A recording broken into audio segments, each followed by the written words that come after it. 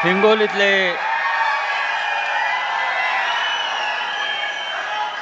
सर्व निष्ठावंत शिवसैनिक बंधू भगिनी,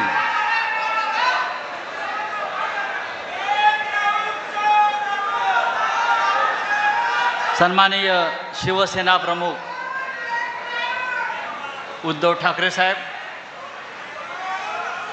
शिवसेना नेते आदित्य, इतर सर्व शिवसेनेचे पदाधिकारी, हिंगोलीमधलं हे आजचं वातावरण पाहिल्यावर मला वाटत नाही की गद्दार परत निवडणुकीला उभा राहील.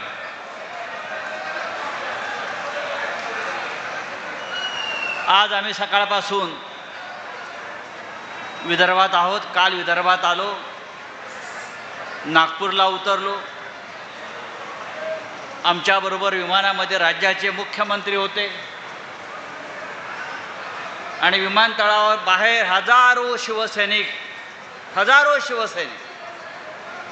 हे शिवसेना प्रमुख उद्धव ठाकरे यांच्या स्वागतासाठी तिथे उपस्थित होते. आज यवतमाळ, वाशिम या दोन्ही ठिकाणी प्रचंड सभा झाल्या कार्यकर्त्यांच्या, निष्ठावंतांच्या. यवतमाळच्या गद्दाराला गाडून आता हिंगोलीतल्या गद्दाराला गाडण्यासाठी आम्ही इथे आलेलो आहोत. एकही गद्दार शिल्लक राहणार नाही. हिंदुहृदय सम्राट बाळासाहेब ठाकरे यांचं एक वाक्य मला नेहमी आठवतं. बाळासाहेब ठाकरे सांगायचे, एक वेळ लढला नाहीस तरी चालेल पण विकला जाऊ नकोस.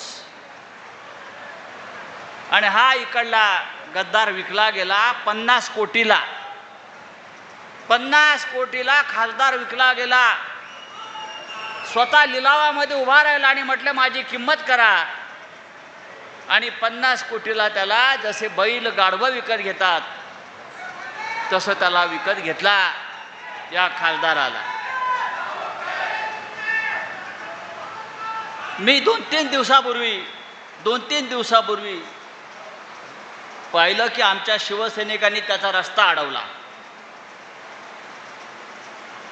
त्याला इशारा दिला आणि त्यानंतर ते महाशय म्हणतात मी सुद्धा बघून घेईन. अरे तू काय बघतोस?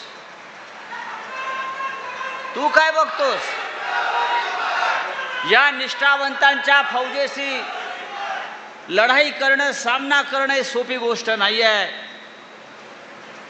नाही तुम्हाला इथून पळवून लावलं तर निष्ठावंत शिवसैनिकांचं नाव सांगणार नाही. सर्व आपले जे लोक अंबादासजी गेलेले आहेत गद्दार, त्या सगळ्यांचे एकच म्हणणं आहे, उद्धव साहेब आम्हाला आमच्या मतदारसंघाचा विकास करायचा. विकास म्हणजे काय करायचं आहे? यांना हिंगोलीचं काय दुबई करायचं आहे? हिंगोलीचं काय सिंगापूर करायचं आहे? हिंगोलीचं काय स्वित्झर्लंड करायचं आहे? कसला विकास? लोकांना काय हवंय? लोकांना अन्न, वस्त्र, निवारा हवाय. लोकांच्या मागण्या फार नाही आहे. अरे या इथे शक्तिपीठाचा जो रस्ता चाललेला आहे, जबरदस्तीने जमिनी घेत आहेत आमच्या शेतकऱ्यांच्या. शेतकरी लढतो आहे, शेतकरी त्यासाठी आत्महत्या करतो माझी जमीन जाऊ नये म्हणून. कधीतरी आपण त्या शेतकऱ्याच्या बाजूनं अष्टेकर उभे राहिलात का? रस्त्यावर आलात का? आणि आता मोठे विकासाच्या गोष्टी करताय. तुम्हाला याची किंमत मोजावी लागेल. शिवसेनेशी बेईमानी तुम्हाला महाग पडेल. हिंदुहृदय सम्राट शिवसेना प्रमुख बाळासाहेब ठाकरे यांनी निर्माण केलेली ही शिवसेना ही म्हणजे एक ज्वालामुखी आहे, आग आहे. या आगीशी तुम्ही आता खेळण्याचा प्रयत्न केला, त्या आगीत तुम्ही जळून राख झाल्याशिवाय राहणार नाही. आणि आमच्या अंगावर यायचं तुम्ही भाषाच करू नका. ह्या पोलीस बंदोबस्तात फिराल, बॉडीगार्डमध्ये फिराल, पण ही निष्ठावंताची फौज, ही शिवसैनिकांची ताकद, ही भविष्यामध्ये तुम्हाला काय करते ते दिसेल. आम्ही आजही त्या ताकदीनं उभे आहोत. आमच्या आमदार फोडा, खासदार फोडा, पैशाच्या ताकदीवर हैदोस घाला, पण या शिवसेनेला तुम्हाला संपवता येणार नाही. कारण बाळासाहेब ठाकरेंच्या पुण्यातून निर्माण झालेली ही शिवसेना आहे. त्यांनी या शिवसेनेमध्ये आग आणि अग्नी ओतलेला आहे, निष्ठा निर्माण केलेली आहे. तुमच्यासारख्या बेईमानांना आणि गद्दारांना इथे अजिबात स्थान नाही. काय चाललंय, कुठे जाऊन गेले कुठे? तर प्रभू श्रीरामाचं मंदिर ज्यांनी लुटलंय गेल्या काही दिवसामध्ये, ते भाजपचे बूट चाटायला हे महाशय गेलेले आहेत. तुम्हाला माहीत असेल की अयोध्येचा लढा, श्रीरामाचा लढा हा हिंदू हृदय सम्राट शिवसेना प्रमुख बाळासाहेब ठाकरेंनी निर्माण केला. हे जे म्हणतात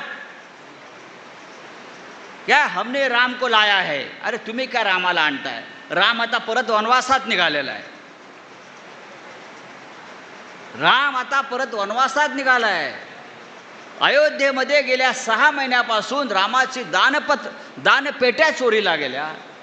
550 कोटी रुपये अयोध्येमध्ये श्रीरामाच्या मंदिरातून भारतीय जनता पक्षाच्या लोकांनी चोरले. चांदीच्या विटा चोरल्या, रामाचे दागिने चोरले, आणि हे म्हणे हिंदुत्ववादी.